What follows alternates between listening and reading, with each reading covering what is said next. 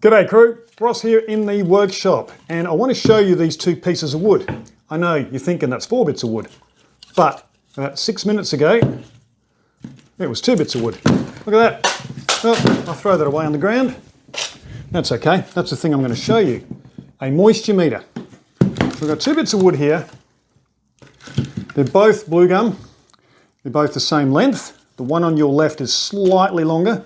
The one on your right is slightly thicker, but they should be around the same weight if they're both seasoned. Now, seasoned wood is 20% or under generally. Different states and territories and countries have different rules for different types of wood. As I said, this is blue gum. Around 20% or less is good.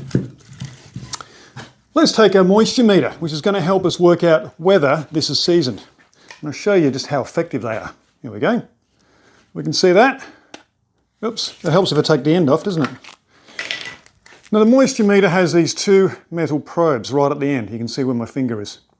And what it does, it measures the electrical resistance between those two. And if I put that at the end here, you can see we're running at 0%. Now wood cannot be 0% moisture, it has to have some moisture in it. If I put it on the side, oh, we're up to 1%. I don't think so. If we put it on the inside, which has just been split, all right, we're now showing 7%, 8%. Let me jam that in as tight as I can. We're showing 10%, okay? So that means the outside is dry, quite dry, especially at the end. It dries through the ends first, and then as it gets splits in it, it dries through the outside. But most of the drying occurs in the ends. So the ends are very dry, and we can tell that they're quite rough looking. A lot of those pores are closed now. If you want to dry wood quicker, you actually wet it occasionally. Keep the pores open and it allows the moisture to wick out quicker. So, 10%. Now, let's look at this piece. This is much heavier. I can feel the weight. Another video I actually did this. It's 530 grams or half a kilo heavier than the other piece, despite being the same size. Right, moisture meter says, you come up 15 then, but there you go, 14%. On the outside it says 10%. On the inside it says 43%. Okay, the difference tells us something.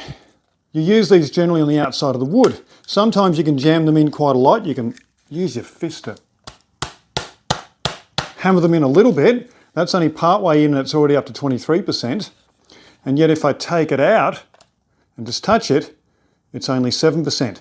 And that's the problem with these moisture meters, is they're only measuring here to here. So unless you're jamming that a long way into the wood, and it's only about 8 or 9 millimeters long, you're not going to get an accurate reading. So they're occasionally useful. They're mostly useful, however, if you split your wood and then you're able to check it.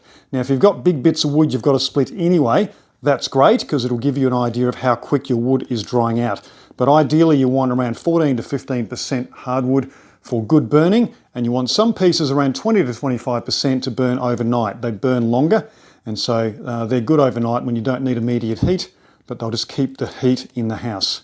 We'll turn that off and we'll put it somewhere and probably not use it again for a long time. There you go, there's another tip for today. As always, thanks for your time. See ya.